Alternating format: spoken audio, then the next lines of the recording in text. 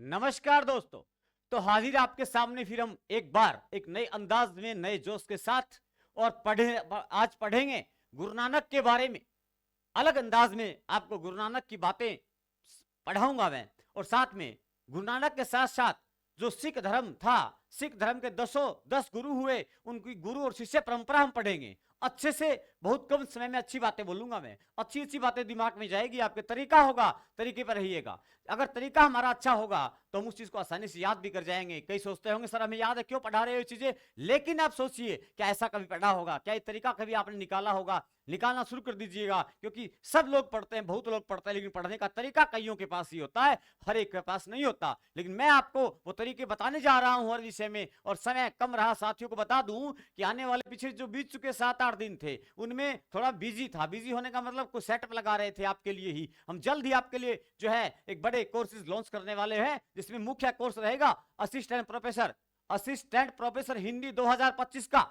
और इसमें पूरी हिंदी जो है 2 पेपर होते हैं, दोनों पेपर मैं करवाऊंगा आपको। और खास बात है कि वो जो है इस प्रकार से पढ़ा जाएगा, उस कोर्स को हम ऐसे पढ़ेंगे कि तरीके से सब बातें याद हो जाएगी। कॉलेज प्रोफेसर बनना बिल्कुल आसान दिखेगा आपको। हम जीके में अच्छा करने जा रहे हैं, बस अभी थोड़ा समय मिलना शुरू हो जाएगा तो हम आपके लिए ये ऐसे क्लासेस भी लाइव भी आया करेंगे। शायद कल से हमारा मानस है कि हम लाइव आपके से रूबरू हो, बातचीत करें। लेकिन सुनिए पहले, क्योंकि ज्यादा समय बच्चे सोचते हैं कि भाषण करते हैं, लेकिन सब बात शुरुआत यहीं से करते हैं। किससे? गुरु नानक से। शुरुआत ही हम गुरु नानक से करते हैं।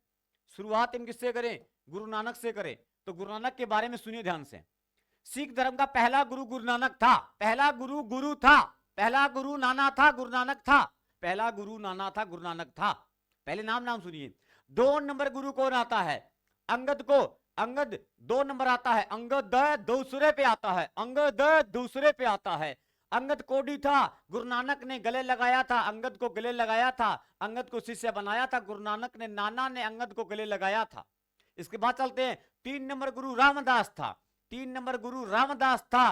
और 3 नंबर गुरु अमरदास था। 4 नंबर गुरु रामदास था। अमरदास में 3 लिखा हुआ है, अमरदास के ए में 3 लिखा हुआ है, गौर कीजिएगा।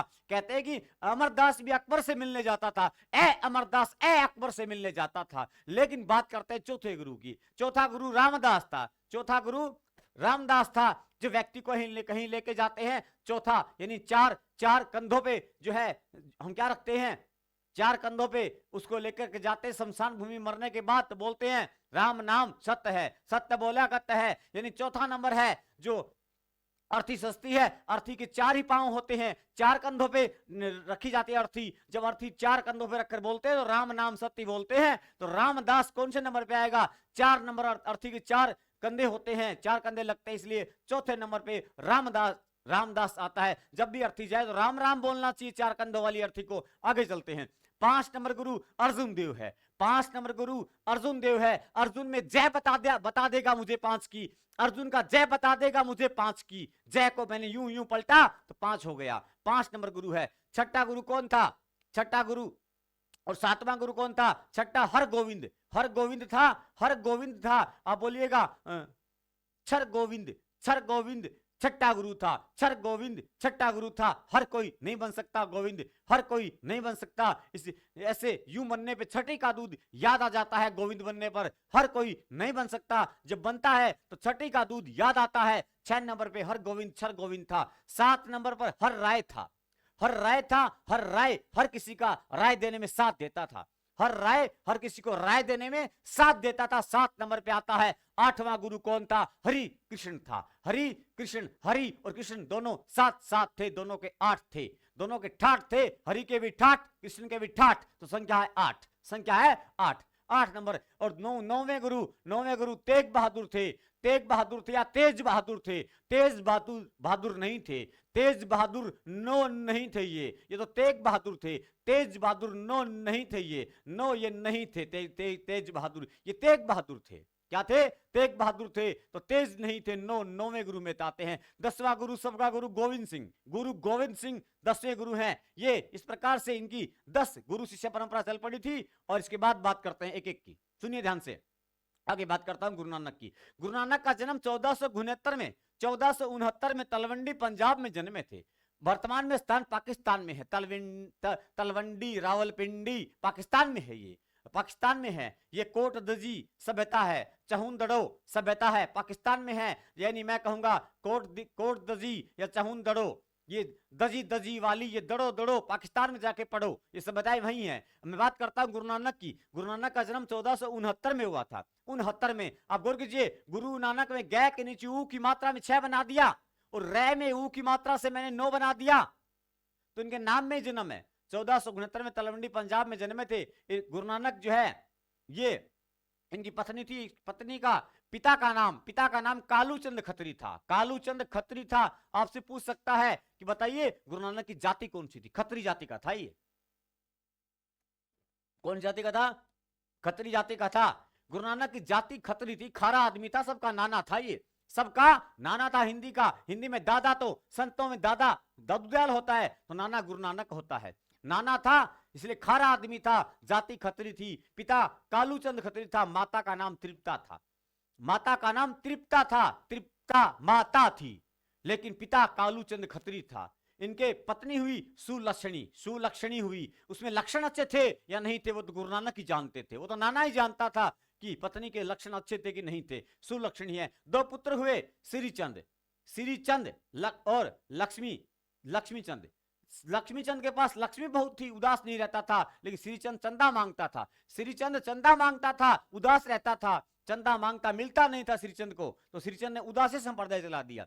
श्रीचंद चंदा मांगता था, चंदा मिलता नहीं, उदास रहता था। उदासी संप्रदाय का प्रवर्तक श्रीचंद है। कौन है? श्रीचंद है। एक मैंने पुत्र बोला, कौन सा? श्रीचंद मैंने बोला, श्रीचंद पुत्र है इसका। और इसका एक पुत्र मैंने कहा था लक्ष्मीचंद है। क्या है? लक्ष्मीचंद है। तो लक्ष्मी है, लक्ष्मी के पास लक्ष्मी थी, उदास नहीं था। श्रीचंद को चंदा नहीं मिला, उदास हो गया, उदासी संप्रदाय चला दिया।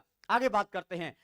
गुरु नानक जो है पहले क्या है? भेदा भेदवादी संत है। मैं कह रहा हूं संत है। आप निम्बारक संप्रदाय भी जाओगे, भेदा भेदवाद है, बिल्कुल दिया, लेकिन ये भेदा भेदवादी संत है। संत है ये, वैसे नहीं है कि जो कृष्ण काव्य धारा से संबंध रखने वाले नहीं है, ये संत हैं। आपसे पूछे भेदा भेदवादी संत कौन है? गुरु नानक है। नाना ने सबका भेद मिटाया, नाना ने सबका भेद मिटाया कि भेद बढ़ाया। वो कुछ भी करे, ये संतों में भेदा भेदवादी है। नारी सम्मान गुरु नानक के यहां मिलता है। नाना तो नारी का सम्मान करता है, नाना तो नारी का सम्मान करता है। इसे पता होना चाहिए। परिवारवाद की सीख मिलती है, नाना परिवार को संभाले रखता है, परिवारवाद की सीख मिलती है। सब विदेशी भ्रमण करने वाला संत को नाना विदेशों में जाएगा, दादा यहीं घूम लेगा। नाना विदेशों में जाता है, मक्का मदीना सऊदी अरब श्रीलंका की यात्रा करता है। कौन? गुरु नानक ने वहां यात्रा की तो किस नाम से की? नानक साहब नाम से की। नानक साहब नाम से यात्रा कौन करता है? गुरु नानक करता है। नानक साहब नाम से यात्रा। साहब बाहर जाने पे, विदेश में जाने पे साहब हो जाना चाहिए, साहब हो जाना चाहिए विदेशों में। विदेशी भ्रमणशील संत कौन है? गुरु नानक है। मुस्लिम धर्म का विरोध करने वाला एकमात्र संत आता है गुरु नानक। नाना ही विरोध करेगा, नाना ही विदेशों में जाएगा, नाना ही विरोध करेगा, नाना ही विदेशों में जाएगा, नाना ही नारी का सम्मान करेगा, नाना ही नारी का सम्मान करेगा, तो परिवारवाद को बढ़ावा देगा। परिवारवाद को बढ़ावा देगा कौन? गुरु नानक। गुरु नानक के लिए शुक्ल साहब ने कहा ये आरंभ से ही भक्त थे, आरंभ से ही भगत थे। ये कौन? गुरु नानक। मैं आगे बोलता हूं गुरु नानक के बारे में। गुरु नानक की मृत्यु करतारपुर में होती है। करतारपुर में गुरु नाना पूरे हो गए, करतारपुर में नाना पूरे हो गए, करतारपुर में मर जाते हैं गुरु नानक। गुरु नानक जो है, इनकी रचनाएं की बात करते हैं। इन्होंने क्या लिखा? जपू जी लिखा। जपू जी बहुत महत्वपूर्ण रचना है हिंदी वालों के लिए। जपू जी क्या है? नानक दर्शन का सार तत्व है, नानक दर्शन का सार है। सार को जपना चाहिए, सार जपना चाहिए, निस्सार को छोड़ देना चाहिए। सार जपना चाहिए। जपू जी है। जपू जी क्या है? नानक दर्शन का सार तत्व है। क्या है? नानक दर्शन का सार तत्व है। आगे बोलता हूं मैं। इन्होंने रहीरास सोहिला नसीहतनामा रचनाएं लिखी। रहीरास सोहिला नसीहतनामा रचना लिखी। और सभी रचनाएं पंजाबी में है, लेकिन नसीहतनामा खड़ी बोली में है। नसीहतनामा खड़ी बोली में है, जबकि गुरु नानक का अधिकांश साहित्य पंजाबी में है। क्योंकि गुरु नानक पंजाबी हैं इसलिए पंजाबी में है। लेकिन नसीहतनामा खड़ी बोली में आप बताइए, गुरु नानक सबको नसीहत देते थे, सबको नसीहत खड़े होकर देते थे कि बैठ कर देते थे? खड़े होकर देते थे नसीहत। नसीहत हमेशा खड़े होकर देनी चाहिए, किसी को अपनी राय खड़े होकर देनी चाहिए। नसीहत दी खड़ी होकर दी, इसलिए खड़ी बोली में लिख दिया। किसमें लिख दिया? खड़ी बोली में। इन्होंने रही रास सोहिला लिखा था, रही रास और सोहिला। नानक के सार सार जपना, रास आया कि नहीं आया? रास आया तभी तो रही रास लिख दिया, तभी तो रही रास लिख दिया।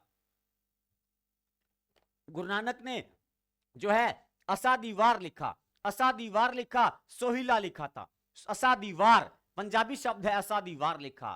असी केड़ा तेरे बिन मर चलिया, असी केड़ा तेरे बिन मर चलिया। नाना कहता है कि असादीवार, सब पे वार कौन करेगा? नाना करेगा। जपेगा कौन? सार सार नाना जपेगा। लेकिन रही रास, ऐसे जपना रास नहीं आया तो रही रास लिख दिया और असादीवार लिख दिया। सोहिले लिखा और नसीहत खड़े होकर खड़ी बोली में लिख दी। अधिकांश साहित्य पंजाबी में है। गुरु नानक की पंक्ति भी है, जो नर दुख में दुख न माने, जो नर दुख में दुख न माने वो नानक ना माने। जो नर दुख में दुख न माने, आगे की लाइन मैं जोड़ता हूं, जो नर दुख में ना माने वो नानक ना माने। आगे की लाइन मैंने जोड़ दी है, नानक ना माने। गुरु नानक की लाइनें हैं। गुरु नानक के बारे में बहुत सी बातें हैं। गुरु नानक बैक चलते हैं।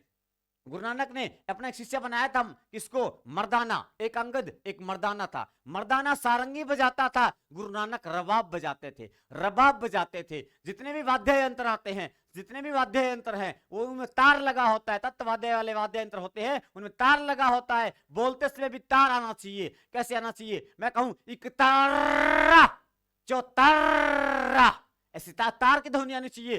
तार की ध्वनि, रबाब, जंतर, ऐसे ध्वनि आनी चाहिए। ये ध्वनि आएगी तो तार की तरह कंपन होगा, तो तत्वाद्य अपने आप सेट होते हैं दिमाग में। कभी पढ़ेंगे टाइम मिलने पर, सुनते रहिए सारी कहानी। बोलता गुरु नानक के बारे में। गुरु नानक 1469 में तलवंडी पंजाब में जन्मते हैं। खास बात, इनका एक गुरु मर्दाना था, वो सारंगी बजाता था। गुरु नानक खुद रबाब बजाते थे। एक शिष्य अंगद था। अंगद 2 नंबर का गुरु परंपरा में शिष्य गुरु बनता है। अंगद कुष्ठ रोग से ग्रसित था। अंगद का अंग अंग कुष्ठ रोग से ग्रसित था। अंग अंग के क्या हो गया था? कुष्ठ हो गया था। फिर भी उसकी सेवा की किसने? गुरु नानक ने। तो गुरु नानक ने एक खास काम और भी किया था, धर्मशाला व्यवस्था शुरू की थी, जिसे आजकल हम धर्मशाला कहते हैं, उसे पहले धर्मसाल कहते थे। धर्मसाल व्यवस्था किसने शुरू की? गुरु नानक ने। क्योंकि विदेशों में जाते थे तो वहां देखते थे, तो इन्होंने भी सोचा कि मैं भी ऐसी शालाएं बनाऊं जो धर्म को बढ़ावा दे, लोगों की सहायता हो, गरीब व्यक्ति वहां रुक सके आराम से। इसलिए धर्मसाल व्यवस्था किसने शुरू की? धर्मसाल व्यवस्था गुरु नानक शुरू करता है। अंगद ने कुष्ठ रोग से ग्रसित था। अंगद ने लंगर प्रथा लगाई। लंगर में जो खाना खाते हैं बैठ करके, हम मेले वगैरह में जाते हैं, तो अंगद ने कौन सी प्रथा लगाई? लंगर प्रथा लगा ली। अंगद ने लंगर लगाया, अंगद ने लंगर लगाया। तीसरा गुरु रामदास है। तीसरा गुरु रामदास नहीं है, अमरदास है। अमरदास में ए याद दिलाएगा 3 नंबर की। अमरदास अमरदास अकबर से मिलने जाता था। चौथा गुरु रामदास है, कहानी सुनिए। चौथा गुरु रामदास है। अकबर है वो मुगलों में कौन से नंबर का राजा है? किसरा? अकबर तो बाबर हुमायूं के बाद तीसरे नंबर का राजा है। यही तो कहानी है, तीसरे नंबर का राजा है। और कहते हैं कि सिखों के चौथे गुरु को क्या हुआ था? तीसरे मुगल राजा अकबर ने सिखों के चौथे गुरु रामदास को 500 बीघा भूमि दान में दी थी, अमृतसर की। किसने दी थी? अकबर ने चौथे गुरु रामदास को 500 बीघा, 5 बीघा नहीं, 500 बीघा भूमि अमृतसर की दान में दी थी। तो तीसरा गुरु अकबर, चौथा यहां तीसरा राजा अकबर मुगलों का, चौथा गुरु रामदास, और 5 बीघा नहीं 500 बीघा, 3 4 5 याद रखना चाहिए। 6 नंबर में आता है हरगोविंद। हरगोविंद छर गोविंद 6 नंबर पे। हरगोविंद ने कहते हैं कि धौलपुर में एक धोले शेर का शिकार किया था। हरगोविंद ने हर तीर से नहीं, एक तीर से कर लिया था। तो कहते हैं कि एक तीर से एक शेर का शिकार किया था धौलपुर में, धोले शेर का। किसने? हरगोविंद ने हर तीर से नहीं, एक तीर से कर लिया था। इसलिए यहां शेर शिकार गुरुद्वारा है। शेर शिकार गुरुद्वारा कहां है? धौलपुर में है, क्योंकि शेर का शिकार किया हरगोविंद ने हर तीर से नहीं, एक तीर से। तो ये शेर शिकार गुरुद्वारा आने वाले एग्जाम में कभी पूछेंगे। और आपका अच्छे से होगा। इसके बाद 7 नंबर पे हर राय, नाम पता हो, हर राय में साथ देता था कौन, हर राय। और हरि कृष्ण 8 नंबर पे, हरि और कृष्ण दोनों के ठाठ थे। 9 नंबर पे बात करते हैं, तेग बहादुर नाम है, हम बोलेंगे तेज बहादुर। तेज बहादुर था, कहते हैं कि उससे पहले एक गुरु और रह गया, 5 नंबर शायद हम छोड़ के आगे, 5 नंबर वापस देखते हैं। अर्जुन देव आता है, अर्जुन देव जहांगीर के समय था। अर्जुन देव में जय है, जहांगीर में जय है। अर्जुन का जय पलटेंगे, 5वां बन जाएगा। मैं कहता हूं कि अर्जुन देव जो है वो उन्होंने जहांगीर के पुत्र खुसरो को उत्तराधिकारी बनने का आशीर्वाद दिया, तो इनको मृत्युदंड की सजा जहांगीर ने सुना दी। खुसरो को कहा खुश रहो, किसने, अर्जुन देव ने। तो अर्जुन देव ने क्या किया था, अर्जुन देव ने आदि ग्रंथ में, अर्जुन देव ने आदि ग्रंथ में क्या किया, अर्जुन देव ने आदि ग्रंथ में पंजाबी के पहले कवि बाबा फरीद, बाबा फरीद जो है पंजाबी का पहला कवि, उसके पदों का कबीर नामदेव, रैदास, मीराबाई आदि के पदों का संकलन मिलता है आदि ग्रंथ में। अर्जुन देव ने एक रचना लिखी थी, क्या, 52 अखरी 12 मासा, एक 52 अखरी लिखी, एक 12 मासा लिखी, एक सुखमनी लिखा। आप बताइए, अर्जुन बाहर गया था, 14 साल का अज्ञातवास वहां निकाला था उन्होंने, 14 महीने का जो भी अज्ञातवास था। बताइए सुख मिला क्या अर्जुन को, अर्जुन को सुख नहीं मिला, लेकिन सुखमनी लिख दी। अच्छा बताइए, वो वहां 12 महीने रहा या 52 दिन रहा, 52 अर्जुन बाहर रहा, वो बाहर घूमते रहे पांडव अर्जुन के साथ, तो अर्जुन 12 दिन बाहर रहा या 52 दिन बाहर रहा, 52 अखरी 12 मासा लिखा, और सुख से रहा कि दुख से रहा, सुखमनी लिख दिया। और आदि ग्रंथ में इनकी रचनाओं का संकलन करते हैं कौन, अर्जुन देव। अब बात करते हैं हर गोविंद, हर तीर से नहीं, एक तीर से शिकार कर लिया, शेर शिकारा गुरुद्वारा बन जाता है। इसके साथ साथ मैं कहूं कि हर गोविंद जो है इसके बारे में होता है, हर राय के बारे में इतना पता हो कि 7 नंबर पे था। हरि और कृष्ण के दोनों के ठाठ थे, 8 नंबर पे था। आगे आता तेग बहादुर को हिंद की चादर कहा जाता है, तेज धार से चादर काट देनी चाहिए। तेज बहादुर की तेज धार से क्या काट दो, चादर काट दो, हिंद की चादर कहा जाता है। तेज बहादुर तेज आदमी था, इसलिए आनंद लेने के लिए आनंदपुर नगर बसा दिया। तेज बहादुर तेज आदमी था, तेज बहादुर ने आनंद लेने के लिए आनंदपुर नगर बसा दिया। और कहते हैं कि औरंगजेब ने 1675 में दिल्ली के चांदनी चौक पे, चांदी की चमची से नहीं, दिल्ली की चांदनी चौक पे इनका सर कलम करवा दिया औरंगजेब ने। तो दो ऐसे सिख हुए जो औरंगजेब भैया अकबर के जहांगीर के समय मृत्यु को प्राप्त होते हैं। एक तो कौन सा, अर्जुन देव 5 नंबर वाला, एक 9 नंबर वाला तेज बहादुर तेज आदमी था, तेज धार की तलवार से नाड़ उतार दी। तेग बहादुर की तेज धार की तलवार से तेज आदमी को काट दिया, इनकी चादर को काट दिया। आनंद बहुत लेते थे, आनंदपुर बसा दिया। अंतिम गुरु आता है 10वां गुरु, कौन सा, गुरु गोविंद सिंह का जन्म पटना में हुआ था। 1666 के पटना में गुरु गोविंद सिंह, पटना बिहार में है, वहां जन्मे थे कौन, गुरु गोविंद सिंह। गुरु गोविंद सिंह जो है कहते हैं कि इन्होंने 13 अप्रैल 1699 को खालसा पंथ चलाया था। कौन सा पंथ, खालसा पंथ चलाया था, खालसा पंथ चलाया था। और अब गौर कीजिए, जन्म 1666 में होता है, 66 में यूं 6 यूं रहता है, 6 यूं रहता है, ऐसे यूं रहता है। लेकिन अगर मैं 66 के 6 को, 66 के 6 को अगर मैं आगे वाले 2 66 के 6 को यूं पलट दूंगा तो 9 बन जाएंगे, तो जो भरा हुआ माल होगा वो खाली हो जाएगा, खालसा आ जाएगा। तो 1666 में को मैंने पलटा तो 1699 हो जाता है, मतलब 1699 में खालसा पंथ का आगाज हुआ था।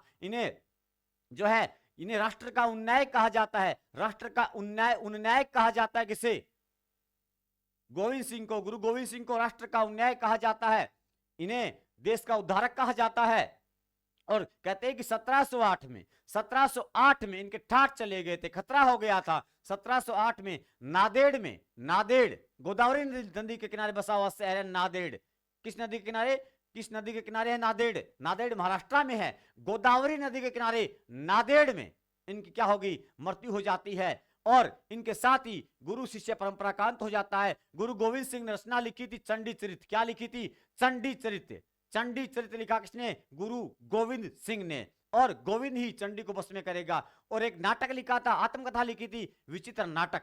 गुरु गोविंद सिंह ने विचित्र काम किया था, खालसा पंथ को स्थापित करके विचित्र नाटक लिखा। एक रचना जफरनामा भी लिखी। क्या लिखी, जफरनामा लिखी, कोई खास बात नहीं। 10वें गुरु के साथ ही जो गुरु परंपरा है उसका अंत हो जाता है। और एक बंदा आता है, कौन, लक्ष्मण देव बंदा बहादुर। जिसने जो है इस 11वां बनना गुरु बनने की कोशिश की, बन नहीं पाया। तो मैंने आपको सारी कहानी कितने मिनट में बोल दी है? मैंने आपकी सारी कहानी 20 मिनट में बोल दी है। अब इस कहानी को हम नोट डाउन करेंगे, मुख्य मुख्य बातों को सुनते रहिए। मजे आ रहे हैं तो लाइक कीजिए, कमेंट कीजिए और शेयर अवश्य कीजिए। आगे से आगे अपना वीडियो पहुंचाइए। जितना मोटिवेशन आप मुझे देंगे, मैं उतने बेहतरीन अंदाज के लिए मैं आपके लिए वीडियो लेके आऊंगा। कम से कम इतना तो सहयोग कीजिए कि हमारी वीडियो को जिन साथियों तक हम नहीं पहुंचे हैं उन तक आप पहुंचाएं। ये मैं सोचता हूं कि आप मेरी इस बात को मानेंगे और आपको कंटेंट अच्छा लग रहा है तब कमेंट अवश्य कीजिए। और मैं आपको फिर बताना चाहूंगा कि जल्द ही मैं असिस्टेंट प्रोफेसर 2025 की भर्ती के लिए जो है कोर्स लेके आ रहे हैं हम। आप इंतजार कीजिएगा, थोड़ा ज्यादा लंबा इंतजार नहीं करना पड़ेगा। मैं आपके पढ़ने का तरीका, पढ़ने का अंदाज सब बदल दूंगा, क्योंकि तरीका अलग होता है वही आगे जाता है। मेरा तरीका अलग था तो भीड़ में से निकल के आगे आ गया। तरीका अलग कीजिए पढ़ने का। पढ़ते सारे ही हैं, यूं सिलेक्शन नहीं होता। चलिए बात करते हैं, क्या बात करते हैं? सिख धर्म की। किस धर्म की? सिख धर्म की। सुनते रहिए, मैं बहुत फास्ट बोल गया, फिर भी हम कोशिश करेंगे 10 मिनट में पूरा हो जाए। सिख धर्म की बात करते हैं, इसकी गुरु परंपरा की बात करते हैं। गुरु परंपरा, गुरु बताइए फटाफट, सोचिए कौन कौन से मैंने कौन कौन से बताए होंगे आपको। मैंने आपको कौन कौन से बताए होंगे, मैंने आपको कौन कौन से बताए होंगे वो आप तय कीजिए। मैं कहूंगा 1 नंबर क्या है? 1 नंबर का नाम गुरु नानक है। क्या है? गुरु नानक है। गुरु नानक है। चलिए गुरु नानक के बारे में ही हम देख लेते हैं। पहले इनका कर्म पता होना चाहिए आपको। पहले इनका आपको कर्म पता होना चाहिए, ये बात भी गौर कीजिएगा। पहले आपको इनका कर्म पता होना चाहिए। तो हम बात करते हैं, गुरु नानक जो है वो 1469 में, यहां से निकालता हूं, मैंने 6 ये निकाला, मैंने 9 ये निकाला, मैंने 6 यहां रखा, 9 यहां रखा, हो गया 1469 में पंजाब के तलवंडी में जन्मे थे। पंजाब के तलवंडी में इनका जन्म होता है। तलवंडी में जन्मे थे। तलवंडी में जन्मे थे। और खास बात है कि गुरु नानक जो है इनके पिता का नाम शॉर्ट में लिखता हूं मैं। पिता कौन थे? कालूचंद खत्री थे। कालूचंद खत्री। तो गुरु नानक जाति से खत्री थे। कालूचंद खत्री गुरु नानक नाना था, सबके लिए इसका खतरा था, सबको इसका खतरा था। माता का नाम तृप्ता था। और मैं कहूंगा कि इनकी पत्नी का नाम सुलक्षणी था। पत्नी कौन थी इनकी? सुलक्षणी। लक्षण अच्छे थे या नहीं थे वो गुरु नानक ही जाने। सुलक्षणी थी। और इनके एक पुत्र का नाम क्या था? पुत्र 2 हुए। एक का नाम था लक्ष्मीचंद। क्या था? लक्ष्मीचंद के पास लक्ष्मी बहुत थी, इसलिए ये चंदा नहीं मांगता था। लेकिन दूसरा पुत्र था श्रीचंद। इंपोर्टेंट है, श्रीचंद ने क्या चंदा उदास, लक्ष्मी थी नहीं, चंदा मांगता था, उदास रहता था, चंदा नहीं मिलता तो उदासी संप्रदाय चला दिया। क्या चला दिया? उदासी संप्रदाय चला दिया। किसने? श्रीचंद ने। ये अपने हमने इतना लिखा। आगे लिखते हैं क्या? आगे बात करते हैं कि गुरु नानक जो है उनमें परिवारवाद की सीख मिलती है। किसकी? परिवारवाद। परिवार के इकट्ठे रहने में बल देते हैं ये। परिवार में सभी सम्मिलित रूप से रहो, परिवारवाद की सीख मिलती है। एक इनकी विशेषता ये हो गई। एक हम कहेंगे कि सर्वाधिक विदेशी भ्रमण किया है इन्होंने। क्या किया? विदेशी भ्रमण किया है। नाना विदेशों में रहेगा, दादा भारत में ही रहेगा। नाना विदेशों में रहेगा, दादा भारत में रहेगा। विदेशी भ्रमण किया है। और मैं कहूंगा गुरु नानक जो है इन्होंने क्या किया? इन्होंने इस्लाम धर्म का विरोध करने वाला एकमात्र संत, इस्लाम धर्म का विरोधी संत कौन सा? इस्लाम धर्म का विरोधी संत किसे कहा जाता है? नाना होगा वही विरोध कर सकता है, नाना ही विरोध कर सकता है और किसी भी हिम्मत नहीं विरोध करने की। तो इस्लाम धर्म का विरोधी संत कहा जाता है इन्हें। और इनको भेदाभेदवादी संत कहते हैं। भेद मैं फिर कहूंगा आपको कि भेदाभेदवादी कवि नहीं है, यहां सगुण धारा के नहीं है, क्या है? संत हैं। क्या है? भेदाभेदवादी संत है। याद रखना, संत है। वो आपसे पूछेगा भेदाभेदवादी संत कौन सा है, और पहला ऑप्शन होगा निम्बारकाचार्य। आप थिमिंटाम कर जाओगे, ध्यान रख लीजिए, संत कौन ही हो? निम्बारकाचार्य। ध्यान रखिए, संत की बात कर रहा हूं मैं। अब यहां मैंने कहा इनमें नारी सम्मान इनमें मिलता है। नानक ने नारी का क्या किया? नानक ने नारी का सम्मान किया। नारी सम्मान मिलता है। और मैं कहूंगा कि इसके शिष्य का नाम क्या था? इनके शिष्य 2 थे। एक शिष्य का नाम मर्दाना था। क्या था? मर्दाना था। मर्दाना सारंगी बजाता था। क्या बजाता था? मर्दाना सारंगी बजाता था। मर्दाना सारंगी बजाता है। तो बताइएगा फिर दूसरा शिष्य का नाम क्या था? दूसरा शिष्य का नाम था अंगद। अंगद अंगद था, दूसरा अंगद था। अंगद के बारे में आगे पढ़ लेंगे। गुरु नानक क्या बजाते थे? हम लिखेंगे गुरु नानक जो है, गुरु नानक जो है वो क्या बजाते थे? उनका वाद्य यंत्र रबाब था। रबाब था, रबाब था। नाना का रोब था कि नहीं था? नाना का रोब था तो वाद्य यंत्र रबाब था। नाना का सब के ऊपर रोब था तो इनका वाद्य यंत्र रबाब था, रबाब था। आगे चलते हैं, नेक्स्ट पेज देखिएगा। हम बात करते हैं कि इन्होंने, इनकी पंक्ति भी है क्या? जो नर दुख में न माने, जो नर दुख में दुख न माने, जो नर दुख में दुख न माने, दुख न माने। मैं आपको गारंटी देता हूं कि अगर आपको इस तरीके से को पढ़ाए, मान लीजिए इस तरीके से कोई हिंदी पढ़ा दे आपको और आपको ये बातें बता दे, तो आप देख लेना कहीं ऐसा यूं मिलेगा नहीं, सीधा सीधा पढ़ने में मजा नहीं आता। चलिए आगे चलते हैं, रचनाएं देखते हैं फटाफट। रचनाएं देखते हैं, रचनाएं कौन कौन सी है। मैं बोलता हूं तो रुकता नहीं हूं, क्योंकि आप पूरे ध्यान से सुनिए। पता नहीं कब काम की बात करूंगा। जपू जी है, बहुत महत्वपूर्ण रचना है। जपू जी है। जपू जी क्या है? नानक दर्शन का सार तत्व। क्या है ये साहब नानक दर्शन का सार तत्व। नानक दर्शन का सार तत्व। सार तत्व का सार का जप करो, सार का जप करना चाहिए। जपू जी लिख दो, सार तत्व है। अगला क्या है? अगली रचना का नाम बताइए। अगला है क्या? रही रास। क्या है? रही रास। रही रास है, सोहिला है, असादीवार है। रही रास जपना, सार जपना। रास नहीं आया, रास नहीं आया तो रही रास लिख दिया, रही रास लिख दिया। फिर नाने के साथ सहेले बहुत थे तो सोहिला लिख दिया, सहेले बहुत थे, सोहिला लिख दिया। और एक क्या लिखा? असादीवार, असादीवार, असादीवार। तो नाना जो था वो वार करता था, वार करता था। एक रचना कौन सी है? नसीहत नामा। इंपोर्टेंट है, सबसे इंपोर्टेंट है नसीहत नामा। पूछ लेगा आपसे कहीं ना कहीं, जरूर पूछ लेगा, जीके में, हिंदी में कहीं पूछ लेगा। नसीहत नामा इंपोर्टेंट है और जपू जी इंपोर्टेंट है। बाकी भूल सकते हो, इनको भूलने की परमिशन नहीं है। इसलिए मैं कहूंगा नसीहत नामा क्या है? खड़ी बोली में है। किसमें है? खड़ी बोली में है। लेकिन गुरु नानक का अधिकांश साहित्य पंजाबी में है। हम कहेंगे गुरु नानक का अधिकांश साहित्य किस भाषा में है? गुरु नानक का अधिकांश साहित्य कहां है? अधिकांश साहित्य कहां है? किस भाषा में है? साहित्य पंजाबी में है। किसमें है? पंजाबी में है। लेकिन बताइए नसीहतनामा किस भाषा में है? नसीहत खड़े होकर देते हैं कि बैठ के देते हैं? नसीहत तो खड़े होकर देते हैं। एक सेकंड पानी पीता हूं फिर चलते हैं।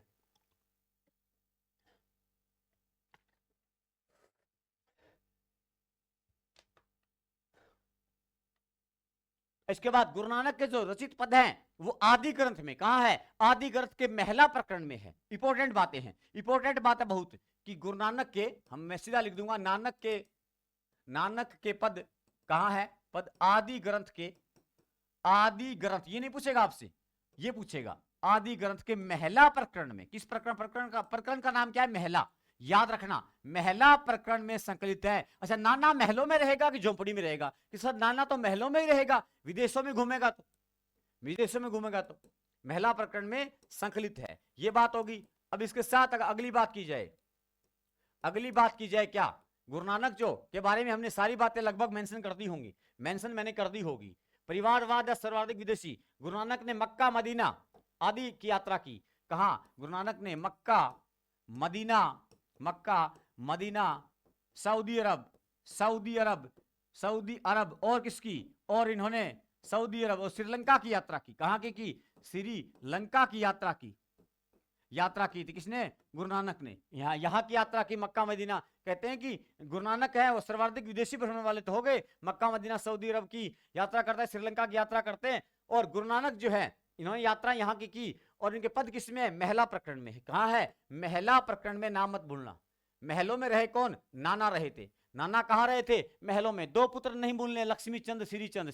लक्ष्मी चंद के पास लक्ष्मी थी तो उदास नहीं हुआ। श्रीचंद के पास चंदा, लक्ष्मी नहीं थी, चंदा करता था, चंदा नहीं मिला, उदास हो गया। कौन सा संप्रदाय आ गया? उदासी संप्रदाय आ गया। इसमें उदासी संप्रदाय को हमें जानना होगा। आगे हम बात करते हैं। हमने सारी बातें इसकी कर ली होगी, हमने सब बातें इसकी खास बात कर ली। किसकी? गुरु नानक की। अगला गुरु देखिएगा, गुरु मत भूल जाइएगा। वहां से गुरु नंबर 2, चलिए यहां लिखते हैं। गुरु नंबर 2 का नाम अंगद है। क्या है?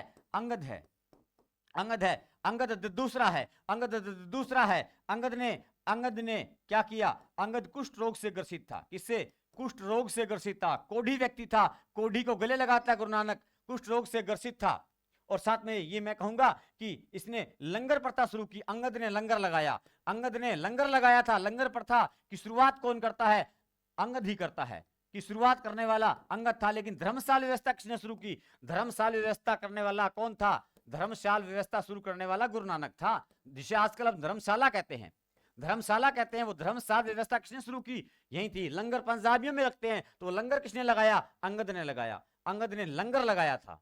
इसके बाद आगे की बात करते हैं। अगला बताइए, अगला आता है कौन सा? 3 नंबर का। कौन सा? अमरदास आता है 3 नंबर पे, अमरदास आता है। गौर कीजिए, 3 नंबर पे अमरदास आता है। यह कहते हैं अकबर से मिलने जाता था। किससे मिलने जाता था? अकबर से मिलने जाता था। कोई खास बात नहीं, छोड़ दीजिएगा चाहे, अकबर से मिलने जाता था। तो गौर कीजिए, इधर इधर देखेंगे तो याद हो जाएगा। कितने नंबर पे है? 3 नंबर पे। कौन है? अमरदास। किससे मिलने जाता था? अकबर से। यूं यूं करते हुए जाता था। आगे चलते हैं, आगे चौथा आ जाता है, चौथा आ जाता है। और चौथा कौन सा है? चौथा अपना रामदास है। कौन सा?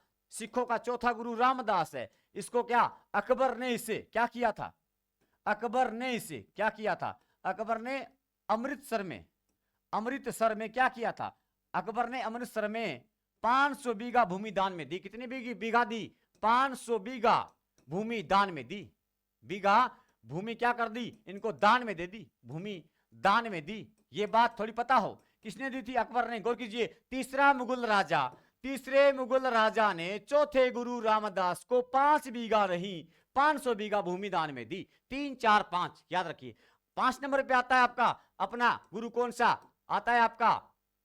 अर्जुन देव। कौन सा आता है? अर्जुन देव। मुझे अर्जुन के जय में दिखता है 5, मुझे अर्जुन के जय में दिखता है 5, दिखता है 5। यूं यूं कर लीजिएगा, कभी नहीं भूल पाओगे। यूं कर लीजिए, कभी नहीं भूल पाओगे। अर्जुन देव जो है, कहते हैं किसको? अर्जुन देव ने क्या किया था? जहांगीर के पुत्र, जहांगीर के, हम जल्दी करेंगे, जहांगीर के पुत्र किसको? खुसरो को उत्तराधिकारी बनने का आशीर्वाद दिया। खुसरो को उत्तराधिकारी बनने का आशीर्वाद दिया। उत्तराधिकारी बनने का क्या दिया? उत्तराधिकारी बनने का आशीर्वाद दिया। तो जहांगीर ने क्या किया? बनने का आशीर्वाद दिया। तो जहांगीर ने क्या किया? जहांगीर ने इसे मृत्युदंड की सजा दी। तो इसको जहांगीर ने क्या किया? मृत्युदंड की सजा मिली थी। क्या मृत्युदंड मिला था? किसे? अर्जुन देव को। किसने दिया? जहांगीर ने। क्यों दिया? बता दिया। आगे बात आती है कि अर्जुन देव जो है, इन्होंने आदि ग्रंथ में क्या किया है? इन्होंने आदि ग्रंथ में बाबा फरीद, आदि ग्रंथ में किन किन बाबा फरीद, पंजाबी का पहला कवि कौन? बाबा फरीद। बाबा फरीद, बाबा फरीद। एक रैदास था, एक रैदास था, एक नामदेव था। एक देव था, एक रैदास था। एक नामदेव देव था, तो एक दास था, वो रैदास था, रैदास था। एक कबीरा था, एक मीरा थी। एक कबीरा था, एक मीरा थी, कबीर था। एक कबीरा था, एक मीरा थी, मीरा थी। मीरा आदि के पदों का संकलन है। आदि के पदों का संकलन किया गया है। क्या किया गया है? संकलन किया गया है। किसमें? इसमें। अर्जुन देव की रचनाएं देखते हैं, अर्जुन देव की रचनाएं देखते हैं। रचनाएं देखिए, फटाफट देखिए। रचना अर्जुन देव की बस एक अच्छा हो रहा है। रचना कौन कौन सी है? रचना हम लिखेंगे 52 अखरी, 52 अखरी। याद कीजिएगा, अर्जुन जो पांडव अर्जुन था, वो 52 दिन बाहर रहा था, 12 दिन रहा था, 12 मासा, 12 दिन रहा था, 52 दिन रहा था। जितने भी दिन रहा, वो सुख से रहा था कि दुख से रहा था? वो सुख से रहा था, तो सुख मनी लिख दिया, क्योंकि उसके पास मनी बहुत थी, इसलिए वो सुख था। मनी मतलब पैसे बहुत थे, इसलिए सुख से रहे थे अर्जुन। ऐसे उन अर्जुन को याद कीजिएगा, याद हो जाएगा उन अर्जुन को। किनको? पांडवों वाले को। ये वो नहीं है। अब छठा गुरु आता है। अब छठा गुरु आता है कौन सा? 6 नंबर गुरु कौन सा है? हर गोविंद है, हर गोविंद है। 10 सारे ही हैं, 10 सारे ही हैं। 2 आगे वाले काम के नहीं है, काम के नहीं है। हर गोविंद की एक बात है, इन्होंने क्या किया था कि एक तीर से धौलपुर में धोले शेर का, धौलपुर में धोले शेर का, धौलपुर में एक तीर से एक शेर का शिकार किया। एक तीर से क्या किया? हर तीर से नहीं किया, एक तीर से किया। एक तीर से एक शेर का शिकार किया, एक शेर का शिकार किया। इसीलिए शेर का शिकार किया, इसीलिए धौलपुर में कौन सा गुरुद्वारा है? इसलिए धौलपुर में शेर शिकार गुरुद्वारा है। आने वाले एग्जाम में टपकेगा, आने वाले एग्जाम में टपकेगा कि धौलपुर में कौन सा गुरुद्वारा है? धौलपुर में शेर शिकार गुरुद्वारा है, शेर शिकार गुरुद्वारा है, शिकार गुरुद्वारा है। ठीक हो गया? गुरुद्वारा है। इसका इतना ही था। आगे चलते हैं, कौन सा 7 नंबर, 7 नंबर 8 नंबर के नाम लिख दीजिए। हर राय आ गया, हर राय में 7 दी थी, 7 में हर राय में 7 थी। हरि कृष्ण आ गया, हरि और कृष्ण दोनों के ठाठ थे, तो संख्या नंबर 8 थी। इसके बाद 9 नंबर आता है। 9 नंबर तेग बहादुर था, तेज आदमी था, तेज बहादुर बोलना है तेग बहादुर। इसको कहते हैं कि हिंद की चादर कहते हैं। क्या कहते हैं? हिंद की चादर कहते हैं। एक बात मेरी याद आई कि गुरु नानक कहां पूरे हो गए थे कि सर गुरु नानक तो कब जो है वो करतारपुर में, मृत्यु कहां होती है इनकी, लिख देता हूं मैं, मृत्यु करतारपुर में होती है, करतारपुर में होती है। करतारपुर में पूरे हो गए नाना, करतारपुर में पूरे हो गए कौन? नाना। हम आगे लिखते हैं क्या, तेग बहादुर क्या करता है। तेग बहादुर के बारे में सुनिए सारी बातें। तेग बहादुर ने आनंदपुर नगर बसाया था। तेज आदमी ने आनंद लेने के लिए क्या बसाया था? आनंदपुर नगर बसाया था। ठीक है साहब, इसे हिंद की चादर कहा जाता है, हिंद की चादर कहा जाता है। तेज धार से हिंद चादर को काट दिया था। तेग बहादुर ने तेज धार से हिंद की चादर, हिंद की चादर कहा जाता है, चादर कहा जाता है। शायद आपने पहली बार सुना होगा, कहा जाता है, कहा जाता है। किसने? तेग बहादुर को 1675 ईस्वी में क्या किया था? औरंगजेब ने क्या किया था? औरंगजेब ने तेज आदमी को तलवार की तेज धार से काट दिया। ने चांदनी चौक पर, दिल्ली के चांदनी चौक पर सर कलम करवा दिया, मार दिया गया, करवा दिया। किसने? औरंगजेब। इतनी ही बातें किसकी? तेज बहादुर की। अगला 10वां देख लीजिएगा, कौन है? गुरु गोविंद सिंह। 2-4 मिनट और रुकिएगा, इतने में सारे हो जाएंगे। गुरु गोविंद सिंह, मैं फास्ट बहुत लिख रहा हूं, फास्ट बोल रहा हूं। गुरु गोविंद सिंह जो है वो कब जन्मे थे, कहां? हम लिखेंगे कि वो तो 1666 में पटना में जन्मे थे। गुरु गोविंद सिंह ने 13 अप्रैल 1699 को खालसा पंथ चलाया था। कौन सा पंथ चलाया? खालसा पंथ चलाया था। गौर कीजिए, मैंने कहा कि जन्मे 6-6 में थे, तब 6 भरा हुआ था, लेकिन जब 6-6 को उल्टा किया, पलटा, तो खाली हो गया तो खालसा आ गया। जब 6-6 को पलटा तो खाली हो गया तो खालसा आ गया। ये खालसा पंथ चलाया था। आगे नेक्स्ट देखिएगा, अगला नेक्स्ट क्या है, इसी में है गुरु गोविंद सिंह के बारे में। इन्होंने चंडी चरित्र लिखा। क्या लिखा? चंडी चरित्र लिखा। जफरनामा लिखा। क्या लिखा? जफरनामा। लास्ट गुरु था, बाद में फर हो गया, जफर हो गया। लास्ट गुरु आ गया तो बाद में ये फर हो गया, जफर आ गया। और एक नाटक है, आत्मकथा है विचित्र नाटक। लास्ट गुरु था, सब बातें कैसी की? विचित्र बातें की होगी। लास्ट में बातें होती हैं वो विचित्र ही होती हैं, चंडी चरित्र लिखने वाला गुरु गोविंद सिंह था। रचनाएं थी इनकी। ये क्या थी? इनकी रचनाएं थी। या तो अर्जुन देव की रचना याद रखिए, 52 अखरी, सुखमणि और 12 मासा, या इनकी कौन सी? चंडी चरित्र और विचित्र नाटक इंपोर्टेंट है, ये रखिएगा। मैं कहूंगा कि 1708 में खतरा हो गया था, ठाट नहीं रहे थे, इसलिए गोदावरी नदी के किनारे कहा? नादेड़ नामक स्थान पर कहा? क्या? महाराष्ट्र में इनकी मृत्यु हो जाती है। इनकी क्या हो जाती है? मृत्यु हो जाती है। किसकी हो जाती है? और जो गुरु शिष्य परंपरा है उसका अंत गुरु गोविंद सिंह के साथ ही हो जाता है। तो यहां हम लिखेंगे कि गुरु गोविंद सिंह के साथ ही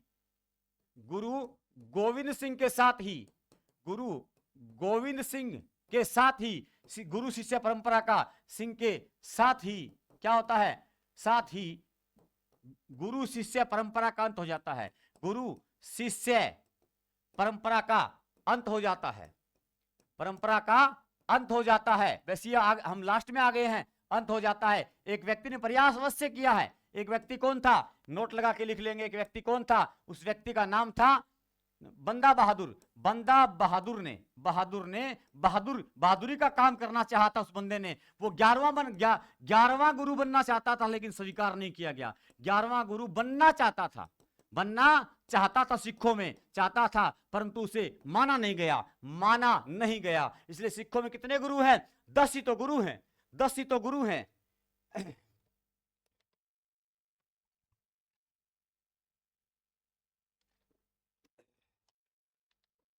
एक हमने बात कर ली है। और थोड़ा सा यहाँ गुरु गोविंद सिंह के बारे में मैंने बताया भी था, राष्ट्र का उन्नायक कहा जाता है, इन्हें राजनीतिक नेता कहा जाता है। तो किसको? गुरु नानक को क्या कहते हैं? गुरु नानक को हम कहेंगे कि गुरु गोविंद सिंह को क्या कहते हैं? गुरु गोविंद सिंह को हम एक बात कह देंगे, राष्ट्र का उन्नायक। राष्ट्र का उन्यायिक कहा जाता है। क्या कहा जाता है इनको? राष्ट्र का उन्यायिक कहा जाता है। राष्ट्र का की उन्नति करने वाला उन्नायक कहा जाता है। राष्ट्र का उन्नयन का राजनीतिक नेता कहा जाता है। राजनीतिक नेता कहा जाता है किसको? गुरु गोविंद सिंह को। और धर्म सुधारक कहा जाता है। क्या कहा जाता है? धर्म सुधारक। किसको? गुरु गोविंद सिंह को। क्या कहा जाता है? धर्म सुधारक कहा जाता है। ये लीजिए, मैंने आपको करवा दी क्या? गुरु शिष्य परंपरा करवा दी है साहब। तो फटाफट रिवाइज मोड में लाते हैं, फटाफट सुनिए, 2 मिनट में सारी बातें याद होती जाएगी। याद आपने हमने 2 बार कर ली है। सबसे पहले गुरु नानक था। गुरु नानक जो था वो 1469 में लिखा हुआ है 6, लिखा हुआ है 9। तलवंडी पंजाब में जन्मा था, वर्तमान पाकिस्तान। पिता का नाम कालूचंद खत्री था। तो गुरु नानक जाति से खारे आदमी थे। नाना था ना, खारा था, खत्री था। माता तृप्ता थी। माता तृप्ता, पत्नी के लक्षण अच्छे थे या नहीं थे? तो नाम से तो अच्छे थे, इसलिए सुलक्षणी थी। लक्ष्मीचंद और श्रीचंद पुत्र थे। लक्ष्मीचंद के पास लक्ष्मी बहुत थी, ये उदास नहीं रहता था। श्रीचंद के पास लक्ष्मी नहीं थी, चंदा मांगता था, मिलता नहीं था, उदास हो गया, उदास संप्रदाय आ गया। परिवारवाद की सीख कहाँ मिलती है?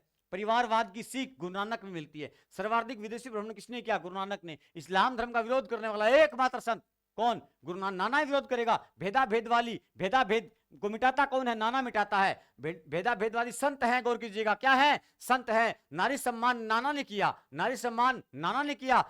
नारी, नाना का शिष्य मर्दाना था। नाना का शिष्य मर्दाना था। नाना का शिष्य क्या था? मर्दाना था, सारंगी बजाता था। लेकिन इन्होंने, गुरु नानक रबाब बजाते थे। नाना का रोब होता है, नाने का रोब होता है, तो नाना क्या बजाएगा? रोब होगा, वो रबाब बजाएगा। और शिष्य एक अंगद भी था। अंगद को गले किसने लगाया? गुरु नानक ने लगाया। जो नर दुख में दुख न माने वो नानक ना माने। रचनाएं हैं, जपना चाहिए नाने का नाने का नाम बार बार जपिए, जपू जी लिख दोगे। यह है तो यह तो सार तत्व है, यह दर्शन, यह तो सार तत्व याद रखना है। यानी ये कह देंगे सिख धर्म का सार तत्व किसे कहते हैं? जपू जी नामक रचना को कहते हैं। और रही रास, जपना, रास आया कि नहीं आया? आ गया होगा, तो रही रास लिख दी, रही रास। और ये नाना थे, इसलिए लोगों पर वार अधिक करते थे, तो असादी वार लिख दिया। नाना वार अधिक करता है कि वार रोकता है, वो आप जानिए। और नाना जो है वो नसीहत देता था खड़े होकर के, खड़ी बोली में है, लेकिन अधिकांश साहित्य पंजाबी में है। नानक के पद आदि ग्रंथ के महला प्रकरण में है। नाना महलों में रहता था। मक्का, मदीना, सऊदी अरब, श्रीलंका की यात्रा की, धर्मशाला व्यवस्था शुरू की। अंगद कुष्ठ रोग से था, अंगद ने लंगर व्यवस्था लाई, अंगद ने लंगर लगाया, अंगद ने लंगर लगाया। तीसरा गुरु कौन? 3 नंबर ये, 3 नंबर अमरदास, 3 नंबर अकबर से मिलने जाता था। चौथा गुरु रामदास था। तीसरे गुरु मुगल राजा ने चौथे गुरु रामदास को 5 बीघा नहीं 500 बीघा भूमि दान में दी। होम में स्वाहा। 5वां गुरु अर्जुन देव था। अर्जुन में जय आधा यूं लिखा हुआ है, जहांगीर में यूं आधा आधा लिखा हुआ है। इसको पलटोगे तो संख्या नंबर 5 आ जाएगी। जहांगीर के पुत्र खुसरो को कहा खुश रहो, तो अर्जुन देव को मरवा दिया जहांगीर ने। आदि ग्रंथ में बाबा पंजाबी का प्रथम कवि, पंजाबी का प्रथम कवि है। पंजाबी का फर्स्ट कवि कौन है? बाबा फरीद है। बाबा फरीद है। और बाबा फरीद है, नामदेव है, एक नामदेव है, एक देव है, एक दास है। एक देव है, एक दास है, एक कबीरा है, एक मीरा है। आदि के पदों का संकलन किया गया है किसमें? आदि ग्रंथ में। आगे देखिएगा, ये अर्जुन देव की रचना। अर्जुन 52 दिन बाहर रहे कि वो अर्जुन कौन से? वो नहीं, हम पांडव वाले अर्जुन पे याद कर रहे हैं, पांडवों वाले अर्जुन पे याद कर रहे हैं। वो अर्जुन 52 दिन बाहर थे कि 12 दिन बाहर थे? जितने भी दिन बाहर थे बताइए, उनके पास मनी थी इसलिए वो सुख से रहते थे या दुखी थे? वो तो सुख से रहते थे। हर गोविंद छर गोविंद ने धौलपुर में धौले शेर का शिकार हर तीर से नहीं, एक तीर से कर लिया, इसलिए शेर शिकार गुरुद्वारा धौलपुर में है। हर राय में राय देने में 7 होना चाहिए।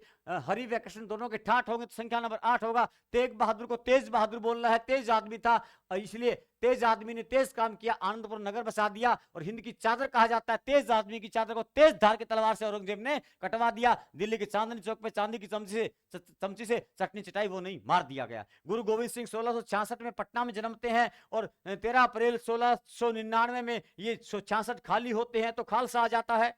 आगे सुनिए, चंडी चरित्र लिखा था और जफरनामा लिखा, विचित्र नाटक लिखा। अपने आप में विचित्र आदमी कौन? गुरु गोविंद सिंह है। और इन्हें राष्ट्र का उन्नयन कहा जाता है, राजनीतिक नेता कहा जाता है, धर्म सुधारक कहा जाता है। गुरु गोविंद सिंह के साथ ही गुरु शिष्य परंपरा का अंत हो गया, लेकिन बंदा बहादुर आया, एक बहादुर आदमी गुरु बनने चला, मना नहीं। इसलिए सिखों में गुरु कितने हैं? 10 ही है। तो मैंने आपको कितना टाइम हो गया? 45 मिनट होगा, सेशन हो गया। मैंने आपको जो सिख धर्म की गुरु शिष्य परंपरा थी और गुरु गोविंद सिंह के बारे में, अर्जुन देव के बारे में और पहला गुरु गुरु नानक के बारे में बहुत अच्छे से बता दिया है। इस प्रकार से हमें पढ़ना होगा।